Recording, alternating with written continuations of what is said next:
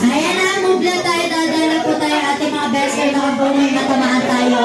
So ating mga cake nandiyan po sa gilid.